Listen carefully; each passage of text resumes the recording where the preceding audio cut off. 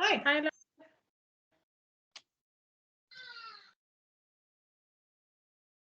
How are you? fine. How are you? I'm good, thanks. Finally, nice to meet you. Yeah, I hope my internet holds up. Yes. You're waiting for others to join in. Let's see. Yeah, perfect. I'm still just making a few notes here or changes to my notes. So I'm just gonna keep going on that, and then I'll just be here. Fine, thank you.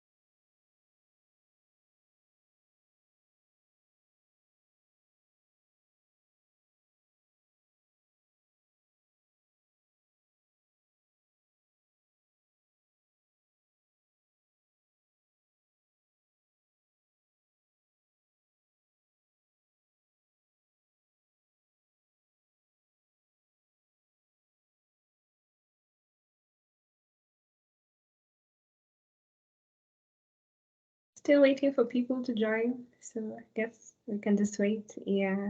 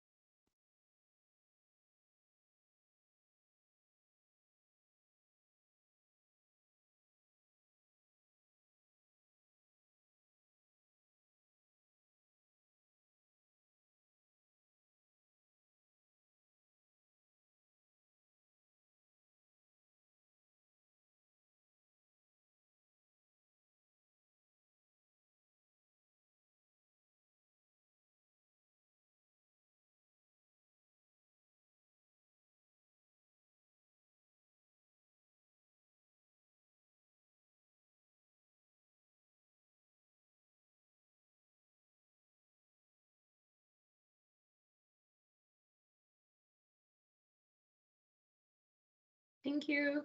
Thank you for joining us, Ellie and Chris Sontas. So let's wait for others to come in and then we can take off.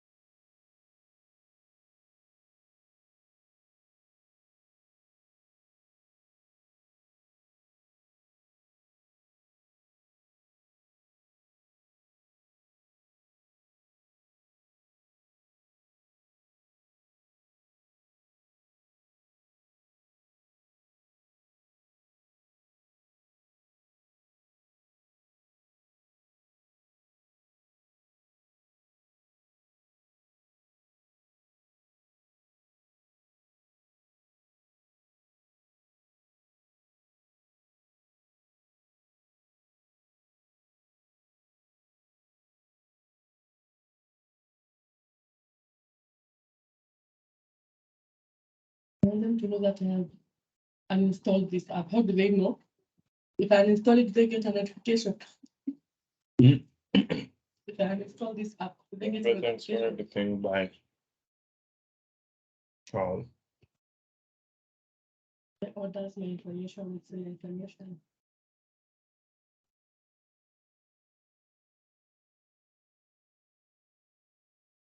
Yo, to draw how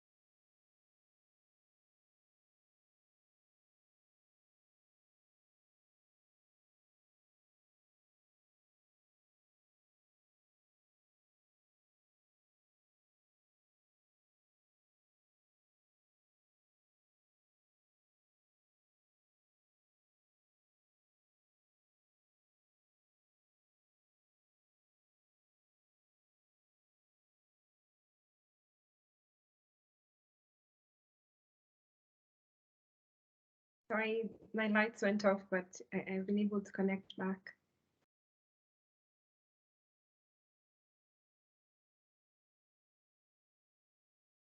Let's give it a little bit more, 2 more minutes, and then we can begin. 2 more minutes until 5:10. We'll begin, and I'll get the recording on the YouTube channel or our website.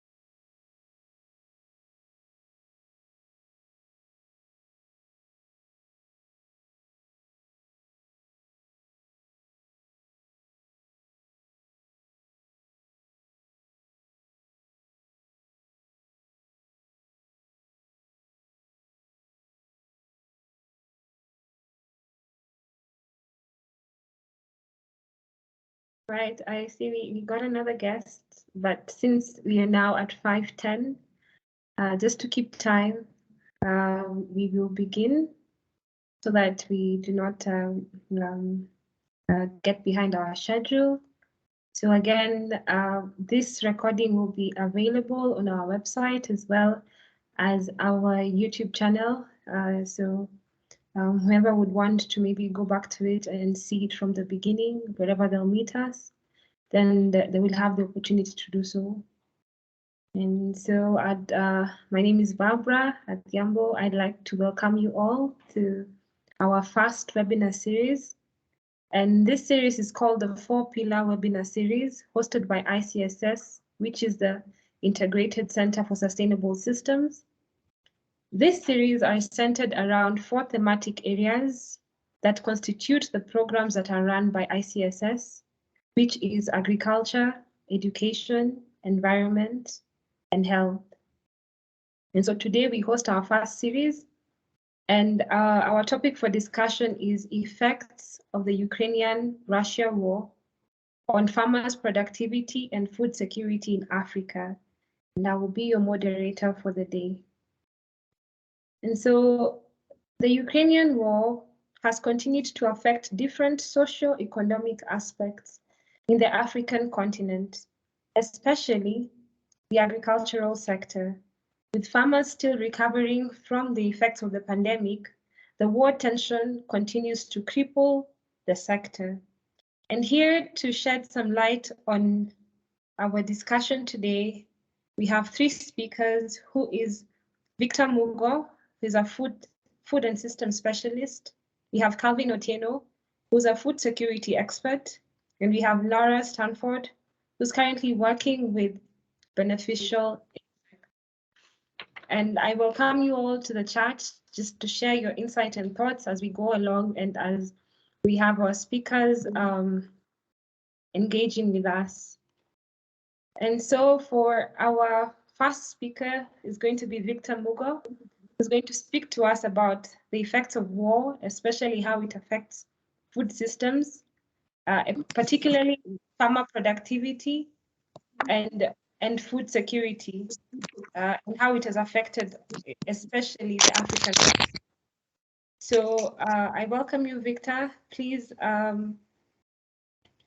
share some light on this and kindly yes, introduce yourself and what you do. Welcome.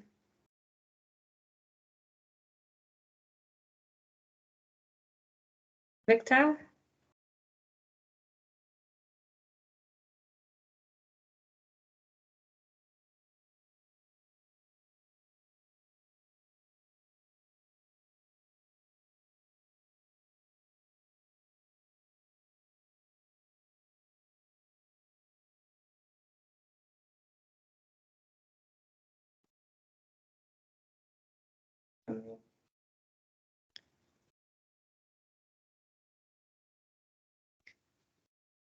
Victor, are you good to go?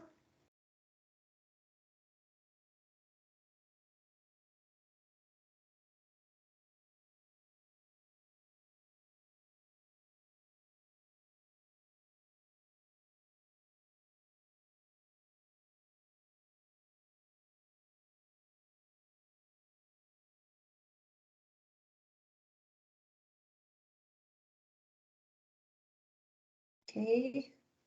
As we wait on Victor to connect, maybe we can have Kalvince, who would be our second speaker for the day, but for now, we can begin with Kalvince, who can talk to us about the current state of the African sector, especially shedding light on the effects the war has caused on the sector. So welcome, Kalvince, and please introduce yourself, what you do, and yes, share your insights. Thank you. All right. Thank you so much.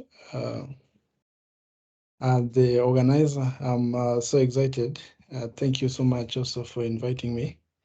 And I guess just Victor could just be facing some little technical issues. We are in this era where everything. Can you hear me?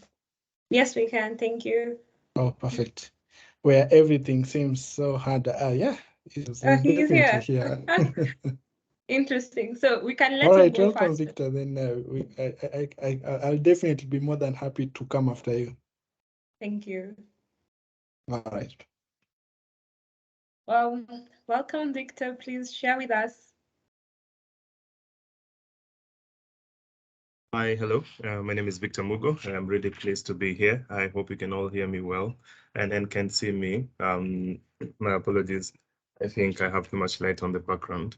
Yeah, so my name is Victor Mugo. I'm in the youth in agriculture space, mainly working with young people within different spheres at the Climate Smart Agriculture Youth Network, transitioning young people towards climate smart agriculture and even capacity building, especially students and those young farmers to get more knowledge about climate smart agriculture. And with Nourishing Africa, trying to grow agribusinesses from scratch. So helping young people to get access to finance, access to capacity building, access to data, access to funding resources, access to mentorship and the likes, so that they can be able to grow their businesses. Yeah. So by and large, that's what I do. In addition to being at the UN Food System Summit. So really great to be here and looking forward to our interaction. Welcome so much, Victor, and we look forward to having you. So I think you can just begin and share your insights on the particular topic, and then we can go. Each speaker will introduce themselves as they go on with their discussion.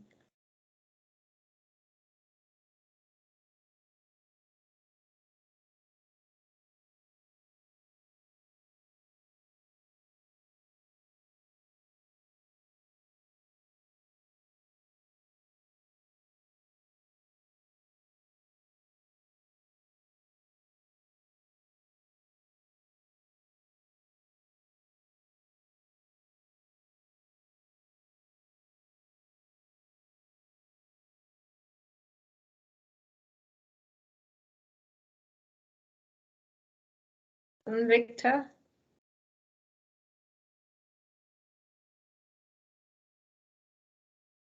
Yes, hello. Yes, please go on. Thank you.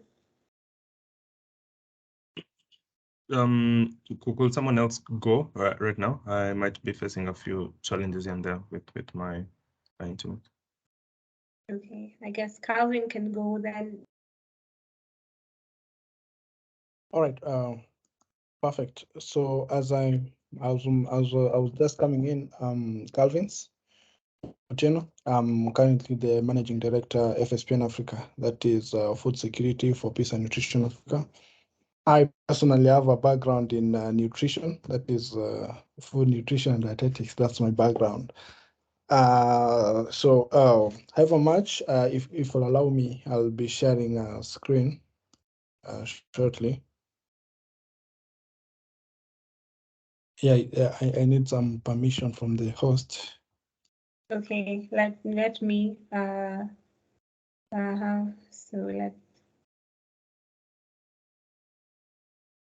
is that okay? Let me see.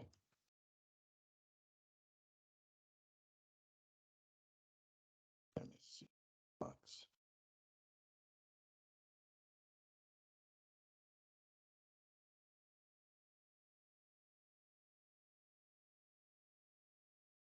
Are you okay? I don't know why it's not.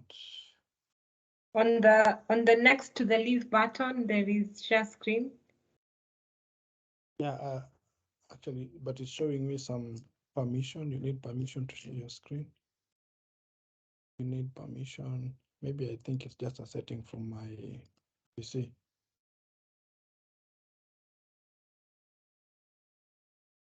My PC. Just a minute shortly.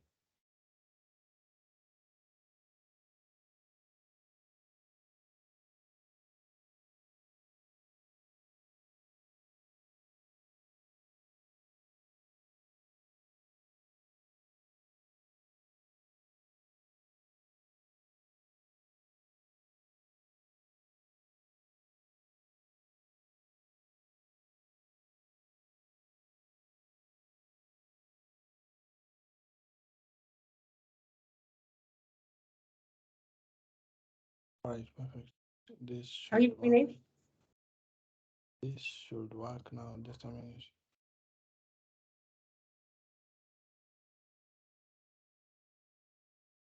Why is it saying still?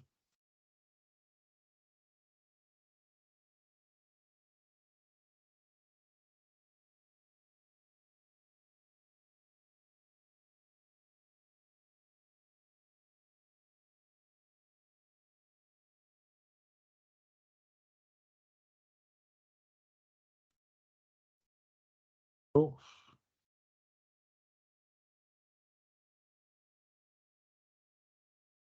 Kalvince? Babra, could you give me a second? Yes, My no worries. looks like my computer doesn't want to share nothing. Maybe I can introduce myself in the meantime. Yes, Yeah, sure. please, Laura. Thank you. Yeah, so I'm Laura Standford, and I am the co-founder and CEO of a company called The Bug Picture. We are a Kenyan company that is leveraging insects to create positive and sustainable social, environmental, and economic solutions for East Africa. Specifically, we work at the moment with two insects. One is the black soldier fly larvae, and the other is desert locusts. Maybe I'll start with desert locusts. As I'm sure you're all aware, we have been in the midst of the worst desert locust infestation for the past 70 years. And we provided a farmer first solution to that problem in conjunction with the spray efforts by the FAO. And then more specifically on black soldier fly larvae is we have a facility in Rwanda and then also an R&D facility here in Kenya, which uses organic waste that is diverted from landfill in order to create sustainable and locally produced agricultural inputs for farmers. Maybe Kalvince, have you sorted out your technology problem, or should I just keep going? Yeah, you could just continue. I can continue. Okay, perfect. So when Babra got in touch with me to ask whether I could present and be one of the speakers today, I thought that the topic was really interesting because what we have been seeing in Kenya over the past couple of months is that there have been some really steep price increases, especially for farmer inputs. And that isn't all because of the Ukrainian war, but I do think that the Ukrainian war has shed light on the struggles of farmers under the current landscape. So I'm going to speak first a little bit about what are those other drivers. I mean, I think everyone here, if you're based in Kenya, will already know what they are. But what we've seen is that, for instance, the price of cooking oil and the price of gas has pretty much doubled in the past couple of months. And the drivers of those inflation drivers, or whatever you want to call them, are driven by a lot of different international and local things that have been happening. And unfortunately, what we're seeing is that it is the low and medium income bracket that are suffering the most, because they are the ones that live, they dedicate so much more money to food and the cost of living as a percentage of their overall income. So one of these drivers that I've identified, and that is obviously also openly available, is the fact that there has been depreciation of the Kenya shilling against all of the hard currencies. So that means that every single thing that we are importing currently costs more to the Kenyan consumer. We've also seen that there are additional taxes that are being placed on pretty much everything. So things that were previously exempt from VAT, for instance, are now no longer so. So that includes some of our staples, such as maize products, potatoes, fruit, and veg. So again, this is impacting the low and medium income people primarily because this is increasing prices. And then we've got the shipping crisis, which goes hand in hand with COVID. And that again means that everything has become more expensive. And then there's just general shortages. So because we have such a reliance on imports, including things like protein for animal feed and fertilizer, be it chemical or organic, it means that anytime there are any of these things that happen in the market, there are these shortages, and these affect the price of these inputs. And then let's speak more honestly about the Ukrainian war, right? The world has become a very small place. So what we're seeing is that places or inputs that we rely so heavily on from places like Ukraine and Russia have now become a shortage, which I mentioned earlier. And this means that every single person in Kenya definitely, but also across the world, is feeling the increase in price due to these shocks. And the ones that I think are the most important for this conversation are the fact that we have an increased price of fuel because Russia is such a massive exporter of oil. And obviously fuel goes into everything, the price of everything, because if you can't move something from point A to point B, then there is no market. So that price of fuel is being integrated into every single thing that we purchase. And then the other one, which I think is very important for this conversation, is the fact that fertilizer, the price of fertilizer has skyrocketed because Ukraine is an exporter of nitrogen, or that area, if you want to call it that. And fertilizer is obviously very key for smallholder farmers. You've also got the fact that Ukraine and Russia, Ukraine specifically, is considered the breadbasket of the world. So there are going to be massive shortages of wheat products over the coming months. And as much as that is a massive problem, I think there's also an opportunity there, which I'm going to touch on. So as I was saying, these the price shocks that start at the farmer are then also felt all through the entire supply chain, right through to the end consumer. So when I say that, it is speaking to the fact that if something is more important for the farmer, it's going to become more expensive for the person who eats the apple or eats the bananas or eats the chicken or even the chicken's eggs, because that farmer needs to pass those price increases on. So I think the major question is, how do we support farmers to continue producing food at the same cost while climate change makes weather more unpredictable and while the world is really small? So these price shocks that are coming through are being felt by everyone, but especially the farmer. And I think when we speak specifically about the farmer, it's important that the majority of farmers, or the majority of food that we eat in Nairobi, for instance, but in Kenya, is produced by smallholder farmers. And it is smallholder farmers that are most affected by these price shocks. And that is because we are seeing that smallholder farmers generally are farming less than 2 acres, or approximately 2 acres of land.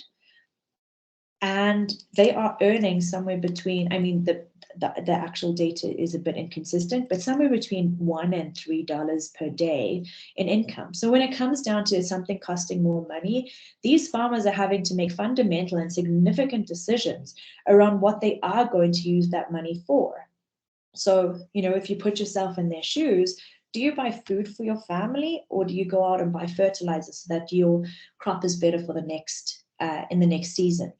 Or do you pay for your school fees for your children, or do you buy better animal feed so that you have more eggs coming from your layers, or your broilers grow faster? And these, you know, these are not small questions for people who are living in the low and medium income brackets. So I've got sort of 3 solutions that I'd love to put on the table here and encourage people to either agree with me, disagree with me, ask questions, feel free at any point. But I think one of the most important solutions that we are seeing, both locally within Kenya, because of local contextual happenings, internationally because the world has become so small, and then specifically also because of the shocks that we're seeing coming out of Ukraine and Russia, is how do we create a farmer-first solution that is tried and tested, built to support farmers in their adaptation in the times of climate change and international price shocks, such as the Ukrainian war. If I was to summarize these into 3, I see that there is First and foremost, we need to create more of a culture about creating and producing proudly Kenyan products that are not subject to the shocks from other countries and experiencing, things that are, or subject to challenges experienced outside of the borders of Kenya. So that we always have a certain degree of control over what are the major products that are going into feeding our country. Now, this is obviously a massive statement, but I think we can go into it a bit more. The next is, how do we upscale farmers in adaptive farming techniques and support them until these techniques have been incorporated into their long-term planning? And also they're placing importance on going organic for so many reasons, but including the ability to then export produce at a higher price. And thirdly, I think it's about putting weather intelligence in the hands of the people that feed us, and that's the farmers. And when I talk about intelligence, I think I've had a massive learning curve with reference to this after partnering with tomorrow.io, which is a weather company. But I always used to think that weather was just forecasting. They're going to tell me it's raining later, and I'm like, okay, cool. That's not all that important. I think the important thing is that it's weather intelligence, and weather intelligence is then taking that data, taking that long-term forecast, and turning it into an action that people can take in order to, maybe it's just survive a weather event, but hopefully it's also to allow farmers to grow themselves into prosperity. I think I can go into these in a bit more detail now, and then also put in my sort of expertise, which is around insects.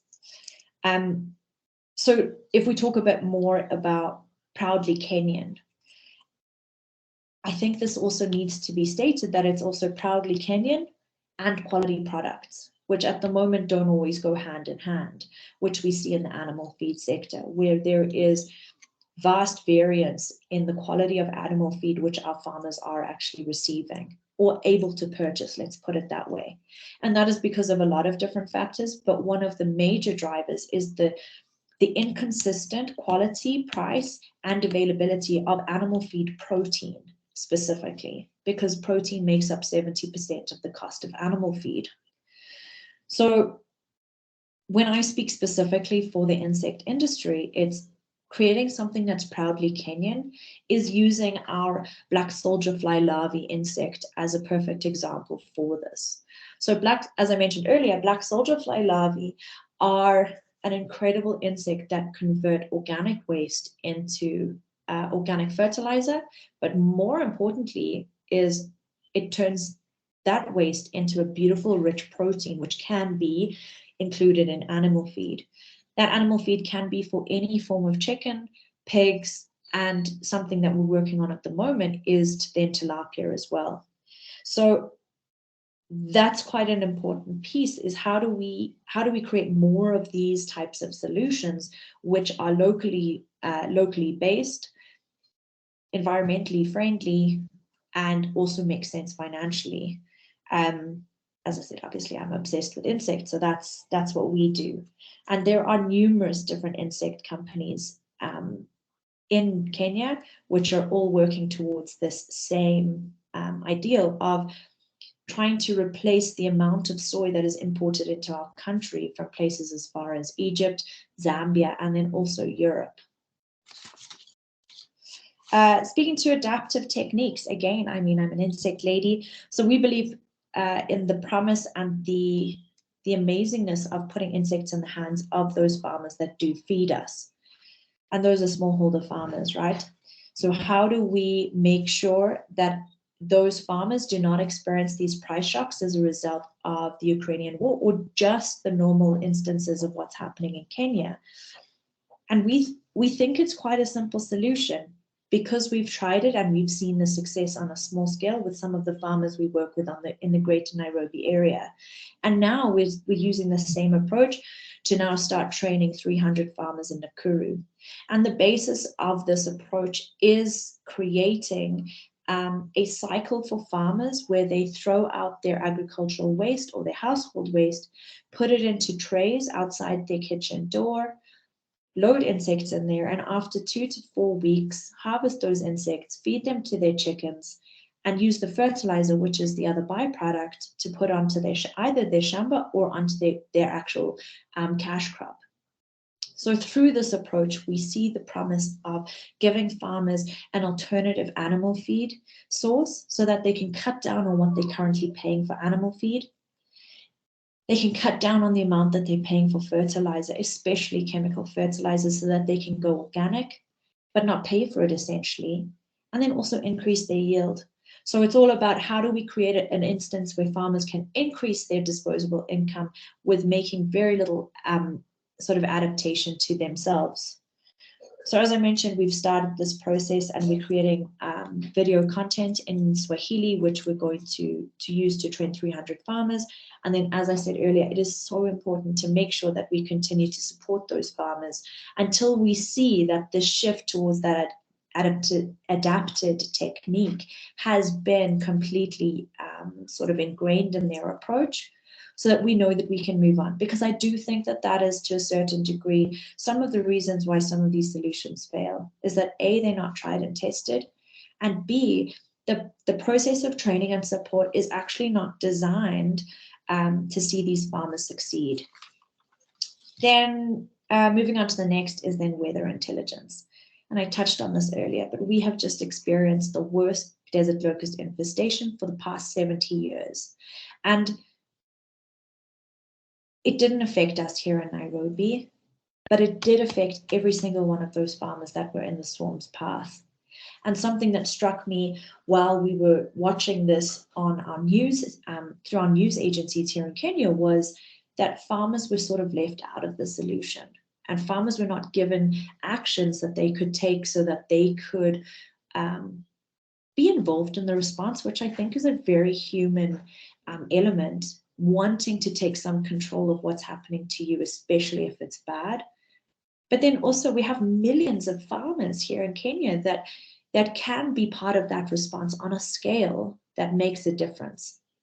So last year, at the beginning of last year, we ran a pilot with Dunedin emergency funding, where we mobilized communities to go out and harvest these locusts for us. And we paid them per kilogram so that they had a form of income that they could rely on in this terrible time of food insecurity in their area. During the project, which ran for 6 weeks, we harvested 4.5 tons of locusts. Now that's a lot of locusts. And we paid out over $2,000 to these farmers who in any other world would have lost all of their crops and earned nothing. So I do think that that's noteworthy. We then took those desert locusts and we converted them into animal feed, into organic fertilizer, and we trialed different techniques. And I think this is then the key to the next piece, which sort of ties together the importance of weather data, but also the importance of giving farmers adaptive techniques that they can incorporate on a farm level. And that is, we got asked so many times how this can be scaled. And we identified the fact that, one, we need to be moving. Our teams need to move in front of the swarms, and we need to be able to reach more farmers. And this is where weather intelligence comes in. There is such significant amount of data available from a weather perspective. It's just about how you convert that data into something meaningful for you. And that's that intelligence piece. So with weather intelligence, we could move in front of the swarm. And then we trialed the use of video content that then we sent to farmers so that they could harvest and turn their own harvest into animal feed or fertilizer, so that they could personally benefit from the desert locust swarms that did pass over their farms. And it is a bit of a mind shift that's required. But I do think that mind shift is critical at this point, because we are moving, we're already experiencing it, but we're moving into a world that we actually don't know what it's going to look like from a climate perspective. And it's important that we make sure that the solutions that we put out into the world are environmentally sustainable, so we don't make the climate more angry with us than it already is. So I think that's that weather piece. And obviously the desert locust use case, which I've spoken about, which is obviously my passion, is one use case. That same use case is putting weather in the hands of farmers so that they know when to plant carrots, or which carrots, which type of carrot they should be planting, or whether they should be planting carrots at all because the rains are not coming as they expected. Or, I mean, the use cases are just endless, but I do think that that's really important, is how do we put information in the hands of the people that feed us? So, I mean, I've been talking for a long time, but I think in summary, it's the bug picture.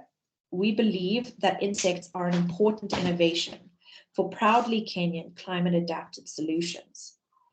But nothing is a silver bullet, which I think is part of this conversation today. There is no single solution to price shocks as a result of a Ukrainian war, or price shocks as a result of shipping crisis due to COVID, or a lack of soy in the market because there was problems with the relations between Kenya and Zambia for a period. So that silver bullet doesn't exist. But as a community of thinkers and innovators, I think that as the world and as Kenya faces so many of these international challenges, because the world is so small, we are able to leverage these solutions on a larger scale so that we can make a difference for the people that are feeding us.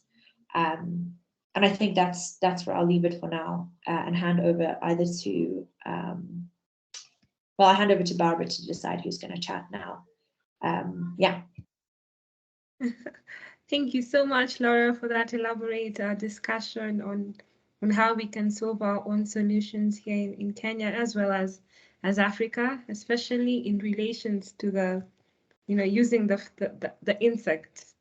I think there's a bit of work to be done in terms of the perception of insects, especially by the farmers and the Kenyan people, I think also generally in the world.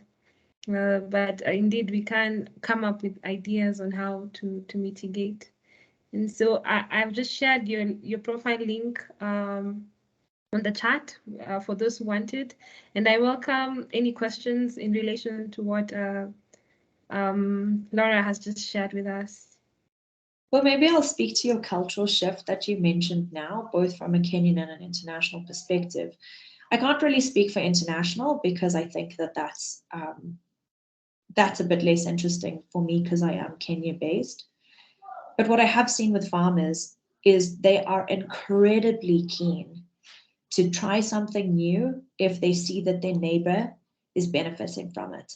So as much as there is this ick factor around insects, if people know, especially farmers who are incredibly resilient just as they are, if they see that one of their neighbors is benefiting, they will be the first people to come and ask how they can also do the same thing.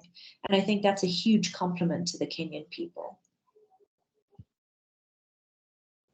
I see peer-to-peer sort of shift of mindset. I think we have a hand. I think Chris in the audience wants to ask a question. Chris Santos, I think you can just go ahead, unmute yourself and ask the question. Okay, thank you very much. I hope everyone can hear me.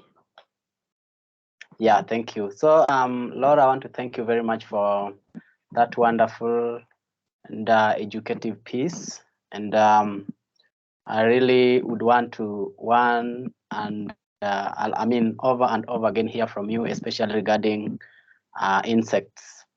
And I want to say that insects, I think, has been one thing that has, for example, defeated human beings to domesticate. We are just able to we have been able to domesticate the larger animals like cows and name them. But I think mostly we have been only secluding our insects. So we should be thinking towards how can we domesticate insects so that we reach an extent where you meet you meet, for example, a BSF, insect, or you meet a bee and they don't run away from you. So there's I'm thinking towards a world where we're going to have that friendship that humans have had with other animals like sheep and cows. And regarding, I've seen a point about what you have been doing, the wonderful work. I really appreciate, especially the one you did on the desert locust. It's a wonderful job that you're doing there. I was just wondering, how can we, for example, incorporate the new insect techniques like the BSF into human food chain? Because majorly, I think we have incorporated BSF into animal food chain. Do we have any data or do we have any research that's ongoing regarding incorporating insects into the human food chain? And what are some of the repercussions on the same? And I've also seen that we've had, and I think the war in Ukraine is ongoing, and it's a big drawback, especially to our farmers, because majorly you've seen that the most of the food prices have gone up, and fertilizer prices have also gone up. I think we relate this to the war in Ukraine. So I was wondering, what is the feasibility of us doing BSF as an alternative source of agricultural inputs? Can it be something that can solve the input problem within, say, a period of 1 year, or is it still under practice or trial? Yeah, so thank you very much, and those are the few questions that I have for you. Thank you. Thanks, Chris. So to answer your first question, which is around BSF and the human food chain, or maybe I can broaden it a bit to just insects and the human food chain. There have been standards now created and approvals in Europe for the use of some insects for human feed. We are still waiting for that to happen for BSF, or black soldier fly larvae, for people who don't know that acronym. But I do think that there are some fundamental challenges associated with that. And the reason is that black soldier fly larvae are what they eat. They are an incredible waste management solution where you can divert any and all organic waste that would have ended up in landfill, contributing to CO2 emissions, to these insects so that they can eat them and turn them into agricultural inputs. The challenge when it comes to human consumption is that some of those foods you cannot control, let's call it. So absolutely, if a BSF was eating Weetabix, you could eat that BSF. The BSF that I have outside my kitchen door, which consume all of my kitchen waste, absolutely, I know that I can eat that because I know what comes out of my kitchen. So there is very little risk associated with that. But on a larger scale, that's not really possible at this point. But then speaking to the scale and the feasibility of BSF as an alternative protein and fertilizer product on a large scale, we're getting there. It isn't going to happen within the next year. And there are a lot of constraints associated to this approach, which is driving that reason. And one of the biggest is actually access to capital for the farms that do want to scale. So we have 3 large-scale farms in Nairobi, or the Greater Nairobi area, called EcoDudu, Sanergy, and InsectiPro. And they are absolutely showing that this is a solution that can be done at scale. What you also have is hundreds of small to medium-scale farmers who are also doing BSF. But all of those farmers get to a point where there is capital required in order to continue their journey, and that capital is too high for any one of them to sort of be able to take on. So there are some innovative solutions and systems and models that we can employ in the Nairobi area so that we can create markets for these other farmers who are in the market and creating solutions to the challenges that we're facing. And one of these solutions is something that we're looking at the moment and we're going to implement in the next couple of months, which is buying live and wet larvae from farmers and then using it to create other products for the market. So when I speak to that challenge and that point that farmers reach, it's when people need to buy a dryer. That's the biggest challenge, is that they've scaled their farming operation and they're so close, but they can't buy a dryer. Therefore, they cannot sell that product at the price that they want in the market, or find a market for it at all, because live larvae can't be kept, right? You need to use them straight away. So there is only so much that you can sell to your chicken and pig farming neighbors. And then the rest either need to be reinvested into the colony or they need to be disposed of. So there are a lot of challenges. I absolutely believe that there are all the solutions to those challenges, especially as this industry becomes more secure in East Africa. But for now, this isn't a single year solution. It's going to take longer. That being said, there is nothing stopping people from farming BSF on a household level so that they have access to the larvae to feed their chickens directly, which is, again, what I do at home. So my eggs are super rich. I get an egg from my chicken, each and every one of my hens every single day. And the yolk is super orange because it's so full of nutrients. And then I don't have to spend so much on other feed.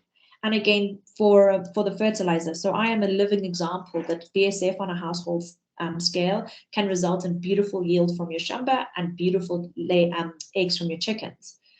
I think the important thing is, how do we get this into more people's hands so that they can individually create their own solution, so that at scale, the scale is realized through the millions of farmers that are out there. And that's happening. So through this learning program that we're running with the 300 farmers in Nakuru, all of the learning content that we are creating, which again will be video in Swahili, is going to be open source. We're not trying to hide this knowledge. We want people to be farming insects. We want there to be more insects in the world so that each and every farmer can essentially become their own solution and grow themselves into prosperity. Indeed. Thank you so much, Laura. And with that elaborate discussion, we look forward to really farmers adapting this technology, because it's a great technology, as well as it being very eco-friendly to the environment. And so there was a question by Kamau on the chat, and he asked what do you do with your byproducts? He says that he also is in the field of BSF farming, and he wanted to know what you do with your byproducts at the back picture. So when you talk about byproducts, I see that there are two primary products, and they are both byproducts of a waste management solution. So one is the protein and the other one is that organic fertilizer. In order to achieve some of the other byproducts, which is then the chitin from the, let's call it the cocoon of the insect when it's becoming a fly, or the lipids, the oils, there is additional post-processing that is required, which we are not able to do at this point. But as the industry of insects becomes more established in Kenya and around the world, there is going to become more of a demand for these types of outputs. And then I think there will be a justification for us to move into those products. But maybe, Kamau, if you want to speak more to that, then I can answer the question better. Kamau, do you want to speak about it? I think you've answered it. I just wanted to know, besides the fertilizer and protein, do you process any other byproducts? Yeah, so I think I answered that. Back over to you, Babra. Okay, thank you for that discussion. And I believe we can have now Victor to talk to us about the food systems. Although we have started from behind, you started with the solution. Let us try and understand how the war has affected the food system, and yeah, how we can truly, how these solutions that we've been given by Laura can actually help us to mitigate these challenges. So welcome, Victor. You can introduce yourself again for those who are not there, and then we could go on. Karibu. Yeah. Thank you, Laura. Thank you. Yeah, thank you. Really great to be here and to interact with all of you.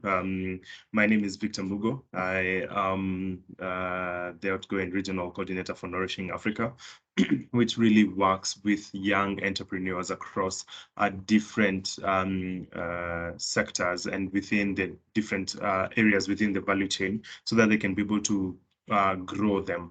So Nourishing Africa provides access to funding, access to capacity building. It provides data, it provides information, it provides mentoring, especially for young agribusinesses, so that they can be able to continue to grow and scale. So if you would want to know more about Nourishing Africa, I can just put their website down there. And if you are an entrepreneur who would want a comprehensive ecosystem of support as you continue to grow your agribusiness, then I think Nourishing Africa is the place for you. It has about 1,500 agribusinesses that benefit from all these kinds of opportunities. I am also the co-chair to the Youth Liaisons Group of the UN Food System Summit. So as you might know, last year, the UN Secretary General called for a food system summit to think about how we can be able to transform our food systems and accelerate the achievement of zero hunger and good health for all, even before 2030. And so through that, I was involved within that process, just to bring together young people to think about what are young people's priorities, what are young people's commitments to transformation of food systems.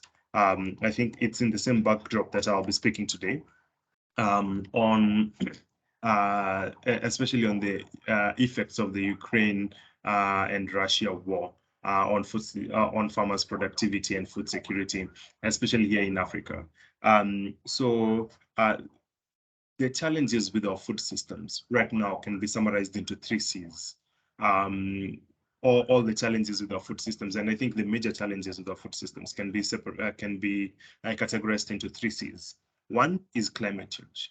And as mentioned before, climate change is a bane that is together with us, especially in East Africa. It's not something that we are told about. It's something that we can be able to see for ourselves. You already know, for example, right now there's a drought.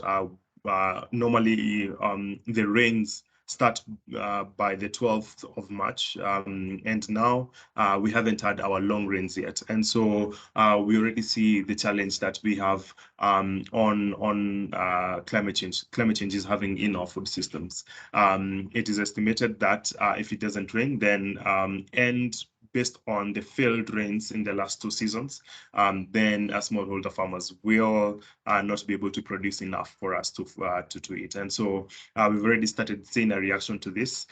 Food prices have already increased. We've already seen some challenges, especially with access to different inputs and the likes. And this is just a reaction to climate change that is already happening for us. The aspect of desert locust is also quite mentioned, and the desert locusts really were an effect of uneven rains across different patterns in East Africa and in the Middle East that really incentivized the pushing of desert locusts here into East Africa, which is normally where they usually are. And so we can already see climate change really is a big bane for agriculture. The second thing is that the second C is the COVID pandemic. And what the COVID pandemic did was to disrupt our food systems, is disrupt how farmers and the normal operation of farming across the continent, but also across the world. So most people had not experienced, I think all of us had never experienced a pandemic of that magnitude. And in that regard, then we have not been able to know, for example, what was the effect of this, especially to smallholder farmers. We could see, for example, there was limited interaction between rural farmers and urban markets. We could see the growth of urban farmers we could see, for example, challenges with access to inputs, access to seeds, good fertilizer, and the likes, and even with people just staying at home and not even being able to go to their farms. It really created a situation unideal for effective performing of our food systems. So the COVID pandemic, until now, people have not been able to establish how much a bane it was for our food systems, and also for the consumption of healthy diets. So we are yet to see this, even as we continue to look at our food systems at this moment in time to just be able to establish this. But lastly, the third C within the challenges within our food systems is the issue of conflict. And right now, not just the Ukraine-Russia conflict, we can see a conflict in Yemen. You can see a conflict in Somalia. We can see conflicts in different areas in the northern part of Nigeria and the likes. And so there are different pockets of conflicts. But the most I think consequential one is the Ukraine-Russian conflict. And we are not here to just to take sides or just to know what happened. We just want to establish why this conflict is really crucial for global stakeholders, and why it's solving, I think, in the near term, will help us to and will help the globe really to bounce back even better. It doesn't help that this conflict comes even just after the COVID pandemic. And when we thought that things had started to normalize, then the conflict started. When most farmers were recovering, when food prices were becoming stable, when markets were opening up, when restrictions to trade across different places in the globe were starting to open up again, then the conflict struck. And Russia and Ukraine are really great facets and countries that support our global food systems. They might be in an area that is very unconducive for farming, but once they are during their prime times, then Russia and Ukraine are actually a breadbasket for Europe and a breadbasket for the globe. You already know that Russia plays a leading role, especially in global markets in terms of foodstuffs, in terms of fertilizers, and then this conflict really changes this. And so there have already been certain reactions to this war. And one of it is that there has been a trade risk. And by this means that in Ukraine, for example, the conflict has led to port closures, and so they cannot really export what they do produce.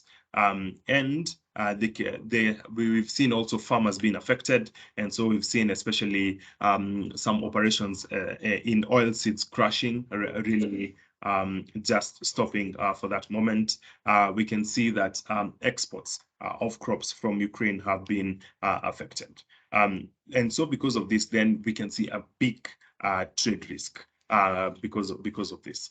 It doesn't help that we are very dependent, especially Kenya and Africa, and a lot of listed developed countries and low-income food deficit countries are really dependent on imported foodstuffs and fertilizers, especially from Ukraine and Russia.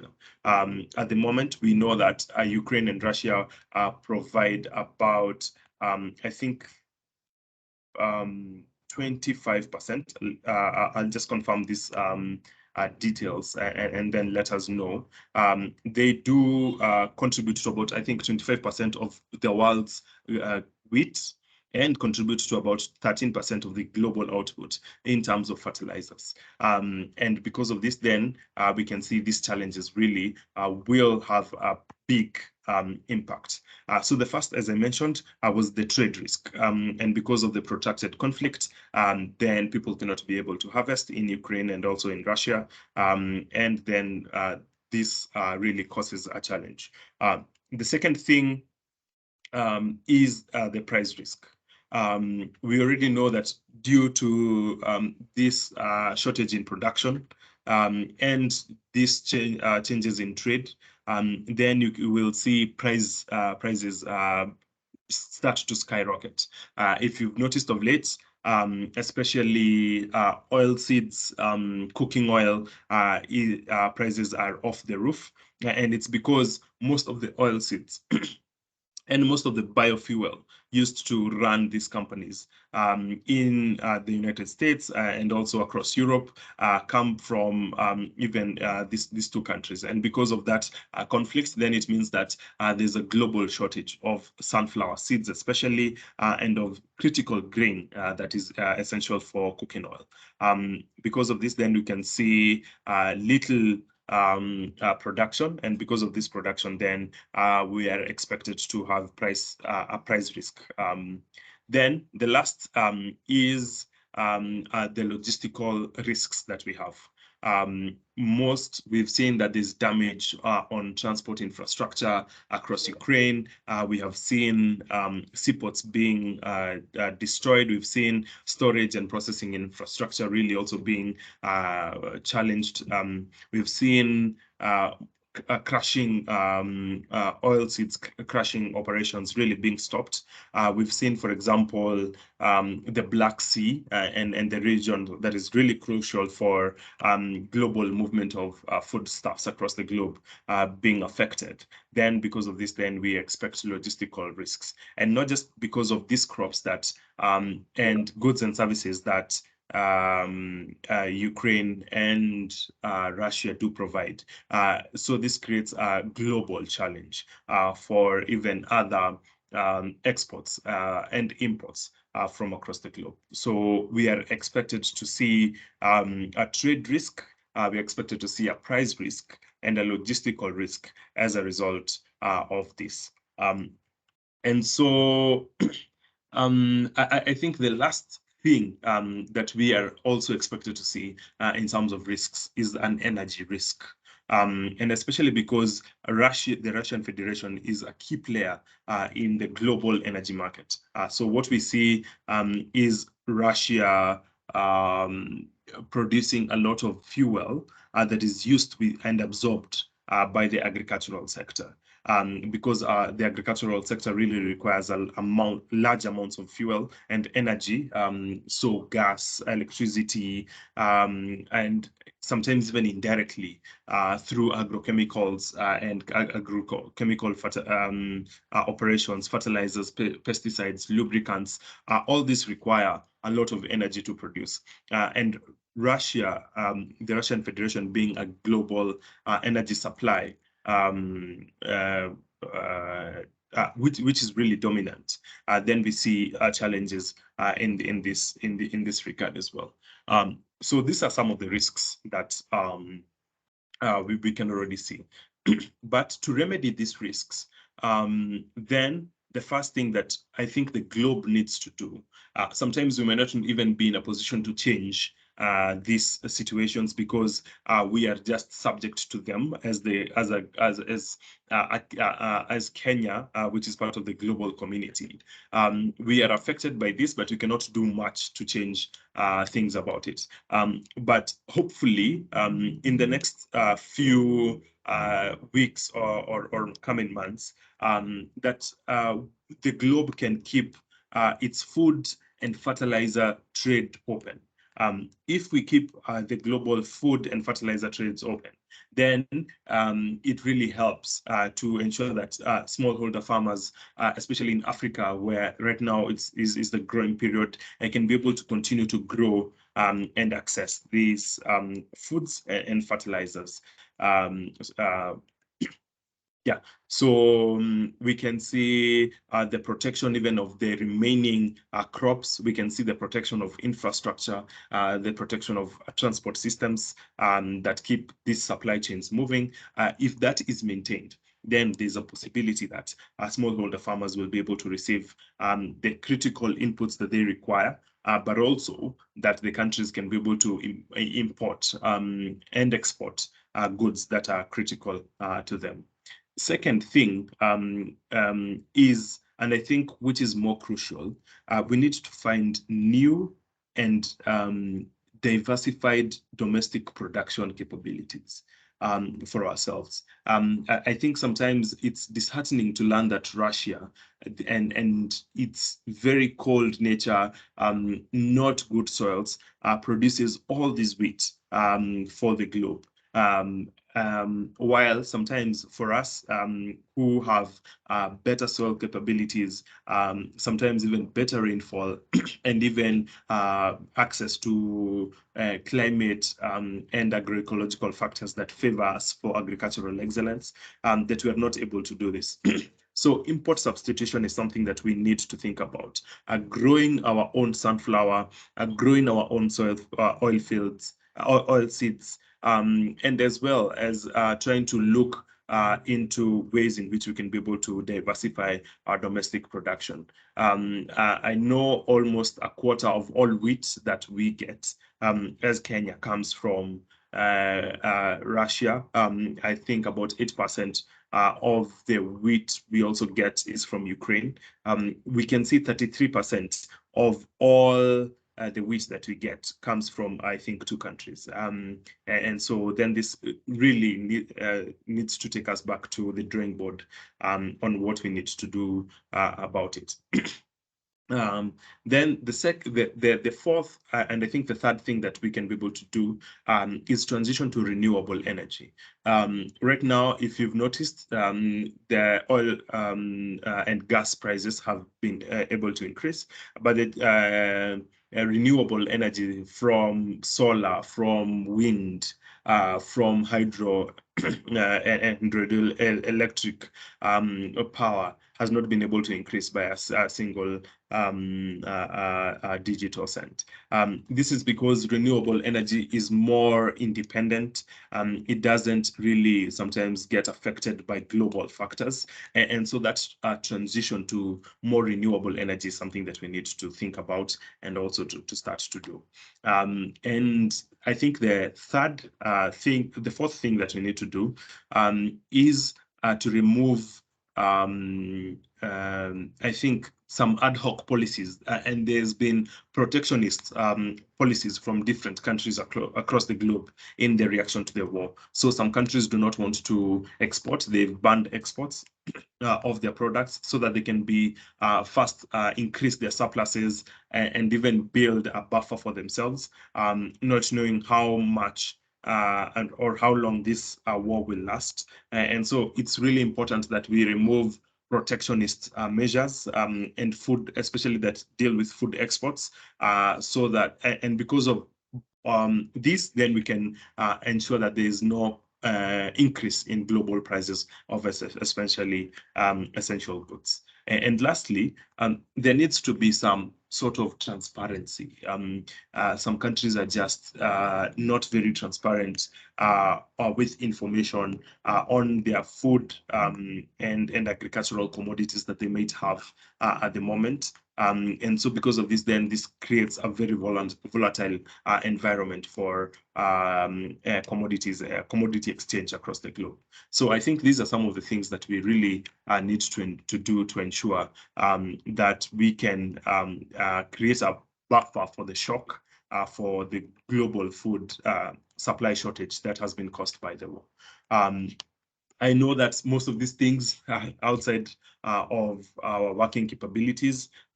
We cannot be able to do much in this regard, but hopefully the globe can come into consensus about these things, and more importantly, that this, I think, senseless war can come to an end for the benefit of the smallholder farmers who benefit much, and for the benefit of the globe that also relies mostly on these commodities from the two countries. So thanks so much. So much, Victor. Thank you so much, Victor, for that discussion. And indeed, I liked the solutions that you gave. And I think we can still do something. For example, I can begin to farm my own seed oils, and maybe this would mitigate and would help, you know, not only Kenya, but maybe our continent to have more access to oil. And there was that solution that Laura mentioned with the BSF. There's a byproduct of the oil. Maybe this could be a chance to actually develop that particular byproduct and see if that oil can be used, you know, with us. So indeed, thank you for that. And I would welcome all participants to maybe ask questions in regards to Victor's presentation. Yes, Chris, please unmute yourself and just ask the question. Thank you. Thank you so very much, Victor and Babra. Victor, I've really made a lot of points from your presentation, and I really welcome them. They are feasible, and we can put them into practice. So I was just looking at the fact that you are talking about that no sooner had we kind of came out of COVID than the Ukraine war came up. Yeah, it is something that looks so much unfortunate to the world. But like Laura says it, or puts it, I think, sorry, I think I'm looking at it as some kind of sharpening. I think the world is being prepared to be able to absorb some kind of shocks and be able to be stronger, because while the future can be predicted by the activities that we as farmers we are doing today, but I think to some extent we don't know how we might wake up tomorrow. Of course, because most of the activities that we are doing are quite deleterious, and they are not so much favorable to our environment.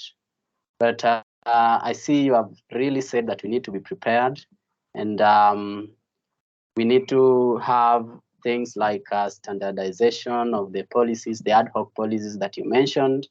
You even talked about things to do with I saw here things to do with making our own food and fertilizers, or even opening the fertilizer markets and all that. Yeah, they are very deliberate and open kind of deliberations. So I really am concerned about what I'm seeing today. Just the other day, I had a chat with an avocado exporter in Nairobi, and he told me that he does a variety of avocado varieties, one of which is Fuerte and the Hass. So today, as we speak, he cannot export his Fuerte, and it's because Russia, Ukraine, and I think there's this thing, the Brexit. I think it's affecting the Europe market. So he's really concerned about how to go about exporting his Fuerte avocado. Although the Hass, I think, is exporting to other countries of the world, including the US and Mexico. But really, there's a big concern, especially regarding when one part of a world that initially was together breaks or some kind of enters into conflict. And I really want to say that even though we are looking at it as a very minute thing, maybe we need just to be prepared about what if tomorrow something comes up. I mean, war even in East Africa, God forbid, comes up, and how can we do such a thing? So I was wondering, do you think, and is it feasible or workable that we can, for example, come up with our own ways of our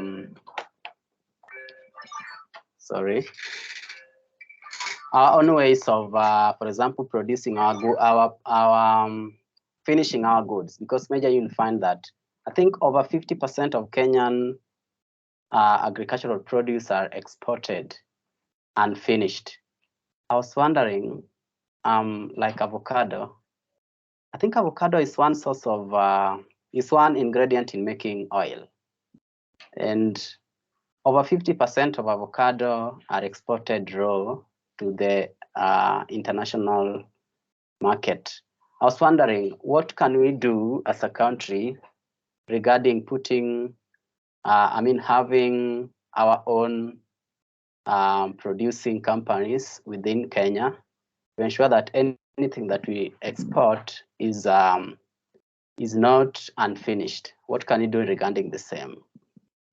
And then, yeah, I saw also about things to do about depending on cooking oil. I was wondering, do you think there's something that we can do? Do you think, actually, I like thinking outside of the box. Do you think that we need to go away from just having in mind that whenever we are cooking, we must have oil? What are some of the alternatives that we can have on oil, cooking oil rather? Yeah, I have numerous questions, but please answer those first. Thank you. Thank you so much for that. Yeah, so I think you raised very pertinent questions that we need to start thinking about. And the best thing about, I think, shocks and pandemics and things that we have not experienced before helps us to think outside the box.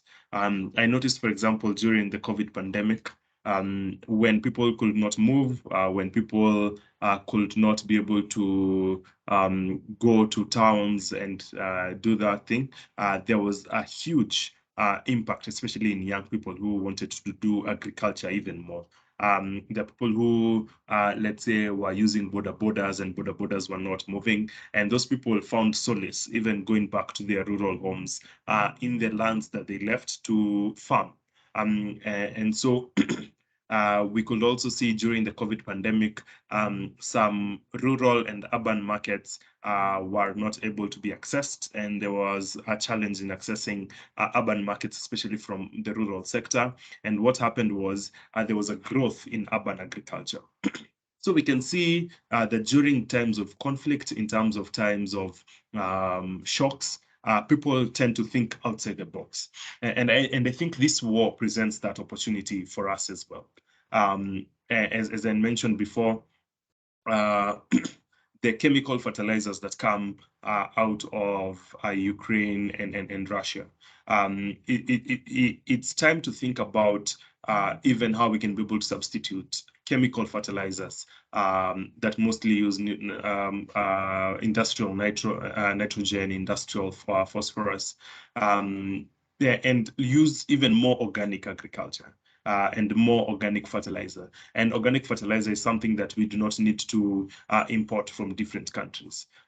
So this war as well can be a blessing in disguise.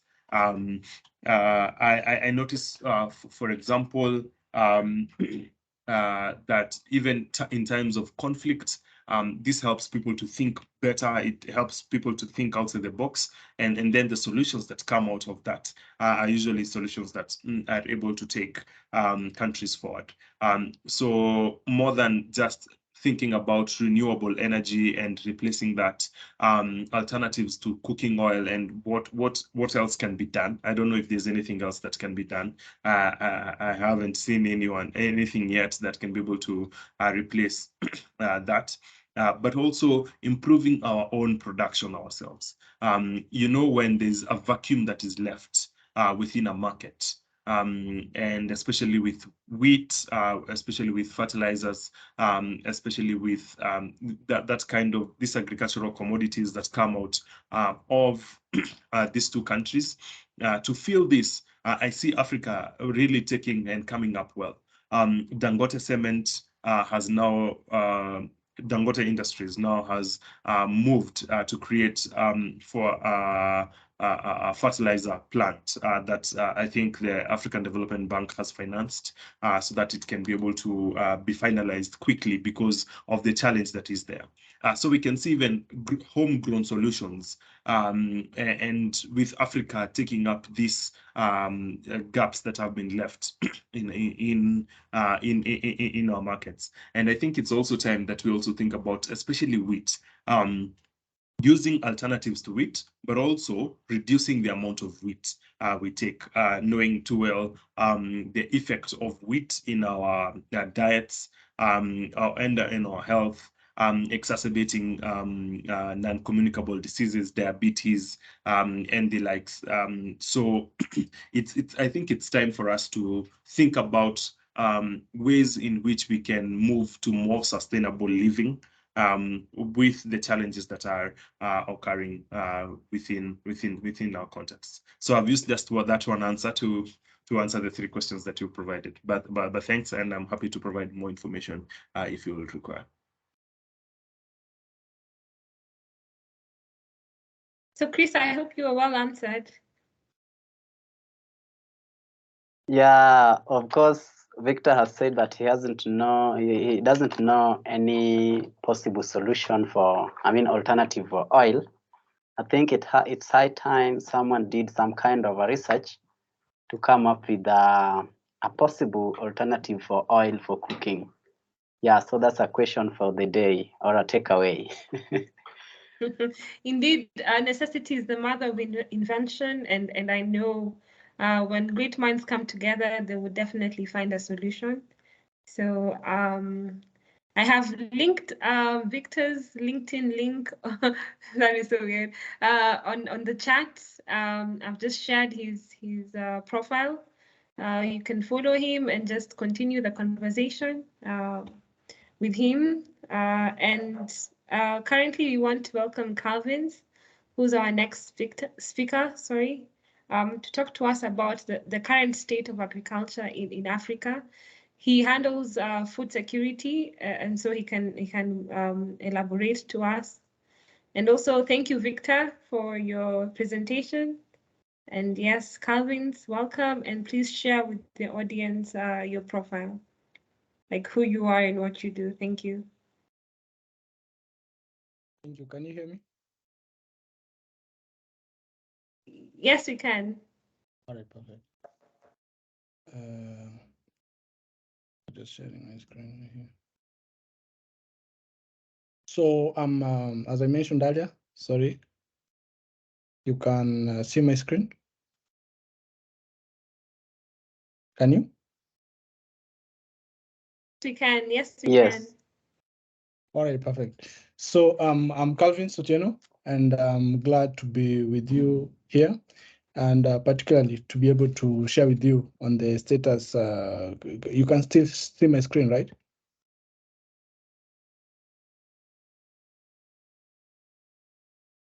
Are you able to, Babra?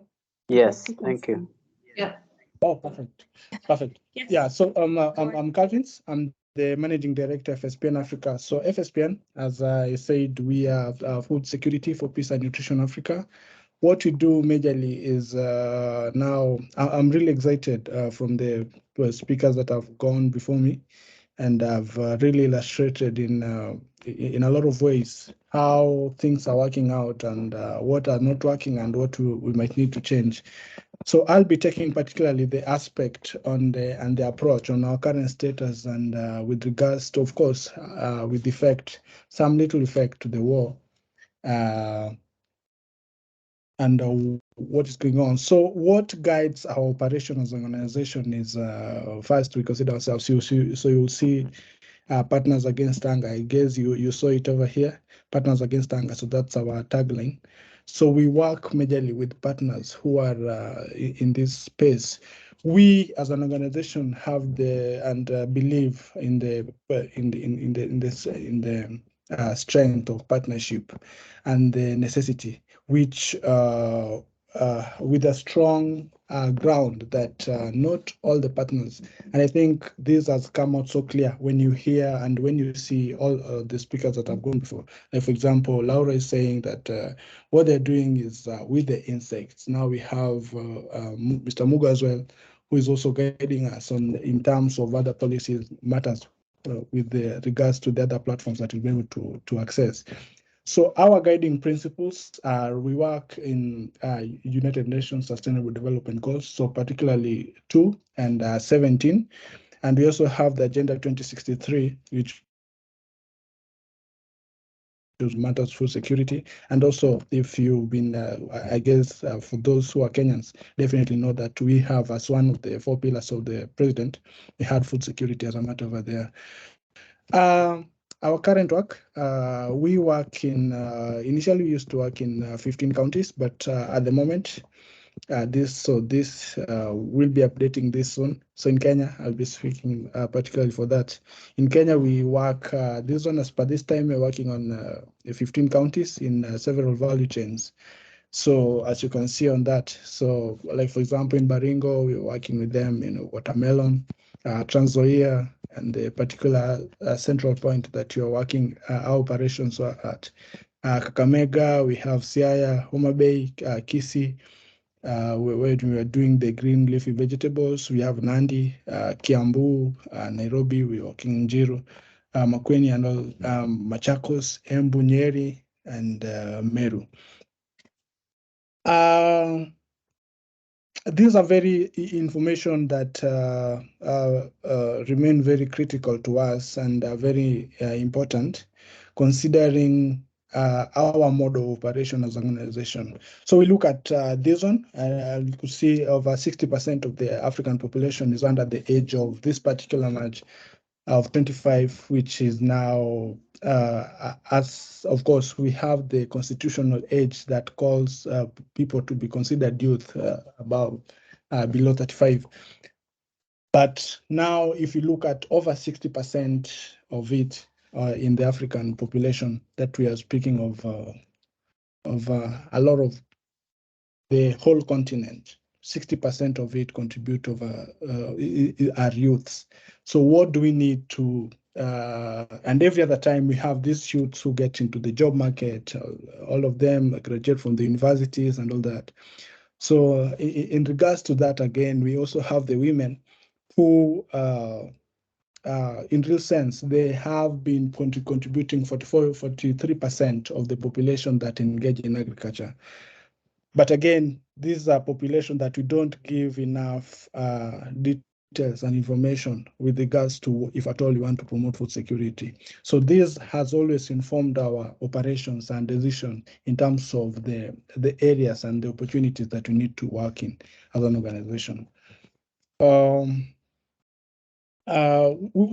are going to talk at, and we are going to look at this. When you look at this, you'll see when you talk about where are we at, you see really things. Of course, these are familiar notes and faces that you'll definitely be talking about.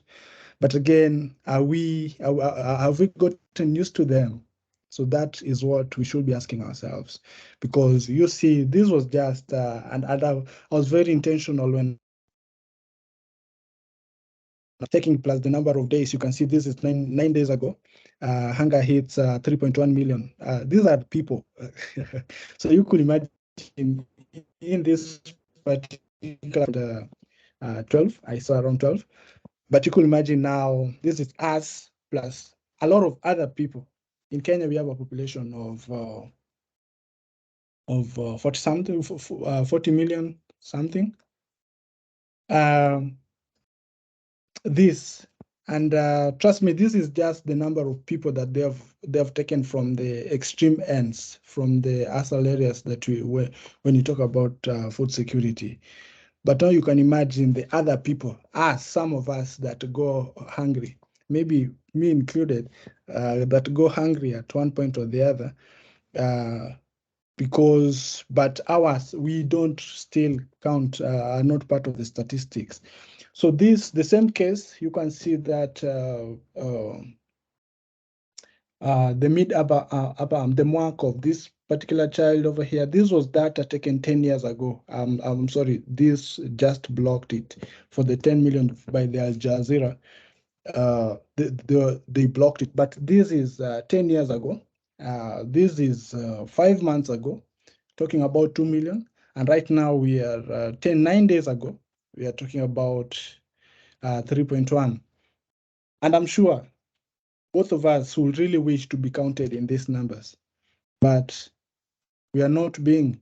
So you can imagine what we are, and if you can look at the chronology and how this is moving, trust me, soon we are going to have it even worse. So what do we need to do? What are these are the current status on which we are at. So this calls for an urgent action, of course. And this is something that we've talked about in a lot of forums. And it's everything every leader says and all the top positions speaks about. But are we taking enough actions? But of course, as we talk about the failures that we have and what need to be changed, we must also applaud what has been done good in a good way. So, like for example, I'm really excited when what was his name? My colleague was asking. Yes, Chris was asking a lot of questions. And again he gave this particular example on the avocado exports. So, with regards to what we see versus what really happens on the ground, of course, we must really applaud what already the government is doing and other stakeholders are already taking charge to ensure that we are able to meet a goal in one or the other. So we have this particular, we see avocado exports, and this was particular for Kakuzi. We also have these particular people in Laikipia who are adopting smart farming, climate smart, and we also have this particular. This is in terms of investments that, for example, are given by Faulu Bank. So, as much as we are facing these other challenges that we're talking about here, we really have to appreciate the milestones and the stages that people are already taking to ensure that we cover the loss. But are we really doing enough? So this was going to help us identify the major gaps that we have, of which to some extent, and this one was so intentional and very particular, taking on the to choose the area that has majorly been affected by the war. And of course, without fear of objection, I know the Ukraine war is not the first war that we are experiencing as a region. But of course, it's as Mr. Mugo has mentioned, this is something that really affects us. And we never knew where all these are coming from. But don't we have the capacity to be producing what we eat from these people and what we consume from the countries that are currently now fighting the Russia and Ukraine, for example? We talk about now the big gaps. Now, us having been in this particular space, these are some of the gaps that we see as an organization. And of course, we really call for a lot. And these are opportunity areas that I personally really consider. So we have the extension services, these farmers. And if you are so keen with Laura's presentation, she mentioned about the extension services and particularly on the kind of messages that we send our smallholder farmers. Because now we give the farmer, like she mentioned, and I think I'll just give the exact example, where she mentions that we just give the farmer an information, like for example, weather information will take, for instance, that you tell her that it's going to rain, or the farmer that it's going to rain. So what happens? What happens with the rain? So those are some of the things that we need to go an extra mile, make the content that we share with the farmer really consumer ready and in the simplest form. Can you give what to expect and the point of action that the farmer should be taking after that? Because up to now, even as a country in Kenya, for example, for the Kenyans on board, we have, of course, we always know that in Budalang, I don't know, in somewhere, there's always going to be floods.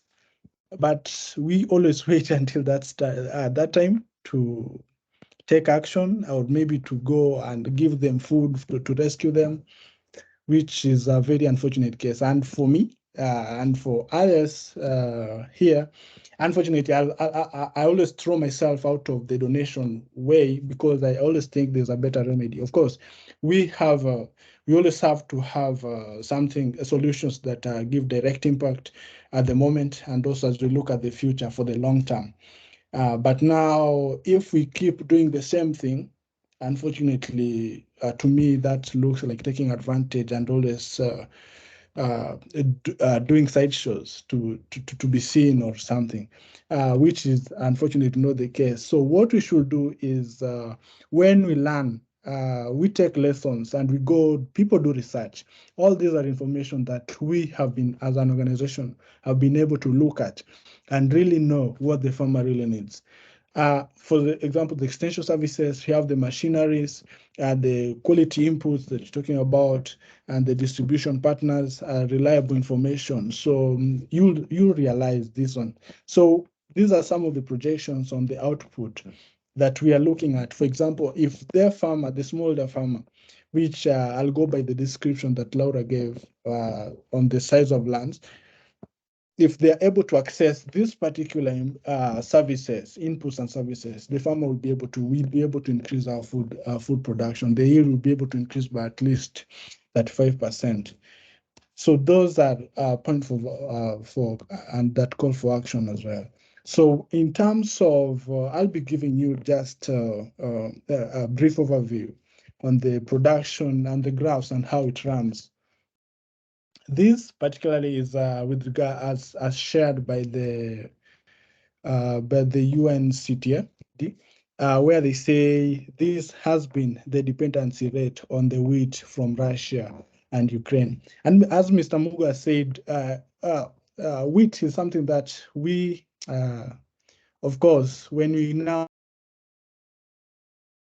the details, when you're speaking about wheat and its effect, it's something that we definitely have some on our body.